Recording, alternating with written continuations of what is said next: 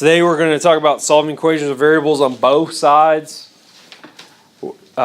So my goal is always to get the variable by itself. If I've got a variable on both sides, what I got to do is I got to move one of them over. So I'm either going to add it or I'm going to subtract it, depending on if it's a positive number or if it's a negative number. So here I've got 3x equals x plus 8. I want to move x to the other side. So what I do to do that is I do the opposite. This is positive x, so I subtract x to both sides. That moves it over. What is 3x minus x? 3. No, not 3. Hey, remember the variable doesn't change. When you're adding, you're combining like terms, whether you're adding or subtracting, the variable doesn't change, it stays, and you add or subtract the numbers in front. Here you would be subtracting. 3 minus 1 is? 2. So 3x minus x would be 2x. And then you write what's on the other side. You just drop it down. I have to divide by 2. We've seen problems like this before. X must equal 4, which I can always check my work. 3 times 4 is 12. 4 plus 8 is 12 as well. So x must be 4. Easy enough, right? Here we have 7x equals 5x plus 4. I see that I already have 7x by itself. There's nothing else done to it, so that's the side I want to move. I want to stay on. So I move the 5x to the other side. 5x is positive because there's not a sign up front. If there's not a sign in front, then it must be positive. So I have to do the opposite of it. I have to subtract 5x to both sides. Which 7x minus 4 minus 5x would be 2x. Again, the variable doesn't change, just the numbers in front. And then this equals 4. So I divide by 2. We know how to solve problems like this. X must be 2. So I should check my work. 7 times 2 is 14. 5 times 2 is 10. 10 plus 4 is 14 as well. So x must be 2. All right, here's a problem where you have variables on both sides and you have operations on both sides. Over here, you've got 3x minus 2, and on the right, you've got x plus 4. When you have something like this, it doesn't matter which side you put the variable on. Now, most of these notes that you're going to see, we always move the variable on the right to the left. You don't have to do that. Hey, you can move it to the right. Sometimes that'll be the best option. It really doesn't matter when you have a problem like this which side you pick it on. Now I have a preference, and I prefer you guys to do it this way because most people get it right when you do it this way compared to the other way. It's to move the smaller variable. You're not always going to be able to do this. Sometimes they're both going to be negative, and that's just going to happen. But move the smaller variable because it's going to help you keep the variable positive. I find when you have a negative variable, some people are more likely to make mistakes. So try and keep the variable positive. Here I've got 3x minus 2 equals x plus 4. Which is the smaller variable? X. So that's the one I'm going to move. I'm going to subtract x to both sides.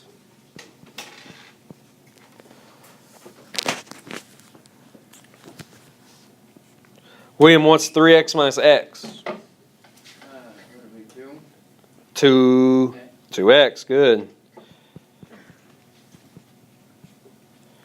Have we seen a problem like this before? Yeah. Yeah. Now you've got 2 times x minus 4 x minus 2 equals 4. So I look at what's being done to x, I'm times them by 2, then I subtract 2. So I add 2 first. I get 2x equals 6. So I divide by 2. X must be 3. Which I can always check my work. 3 times 3 is 9. 9 minus 2 is 7. 3 plus 4 is 7 as well. Now, again, could I move 3x to the other side? Yes. And I'm going to show it to you. You don't have to write it down, but I'm going to show it to you. I'm going to show you that you get the same answer, but I'm going to also show you this is where most people make mistakes. If I move 3x to both sides, I've got negative 2 equals x minus 3x over here plus 4. X minus 3x, what would that be? Negative 2x. Right? Some people would leave off the negative sign, which again is going to change your answer. That's going to make it wrong. And then when they do this, you get negative 6 is equal to negative 2x. You divide by negative 2. Some people forget to divide by the negative number. They just divide by a positive, which again would change your answer. Okay, this gives you x equals 3. Must be right. But if you made a mistake early or made a mistake late with the negative sign, which a lot of people do now because you've been introduced to negative signs, but you're still not great with them yet, you're going to make those mistakes more often. Later, when you get in high school, you've seen them so many times you don't mess them up. But right now, you might be more likely to mess them up. So if you have something like this, you're going to get x equals negative 3, or you'll get something that's not right. So it's better if you do this than this, okay, where you move the smaller variable. Again, you don't have to. If you don't like it, that's fine. Just if you're getting them wrong all the time, there's probably a reason. All right, write this one down. I want you guys to solve it. I look at this problem. I've got 7y plus 8 equals 4y minus 10. I want to get the variables on the same side. So I move the smaller one. Which one's smaller, 7 or 4? 4. So since it's positive, I subtract. Okay. If it was negative, I would add. Right? I'd do the opposite of it. Well, what's 7 minus 4? 3. So what'd 7y minus 4y be? 3y. 3y. Subtract 8 to both sides. 3y equals negative 18.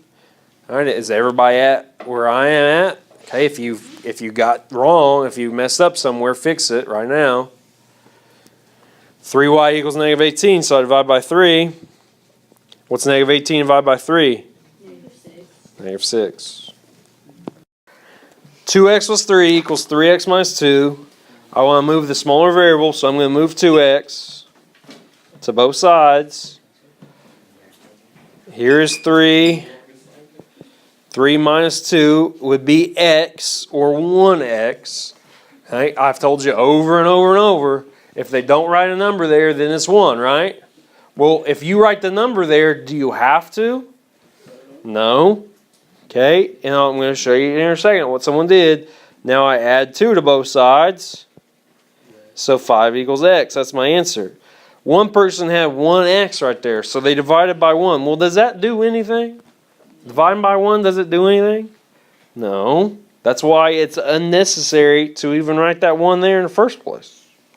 Okay? I'm not making fun of you, just a lot of people do it. Hey, and if that's what you need to remember, there's a 1 there, but you don't divide anything by 1.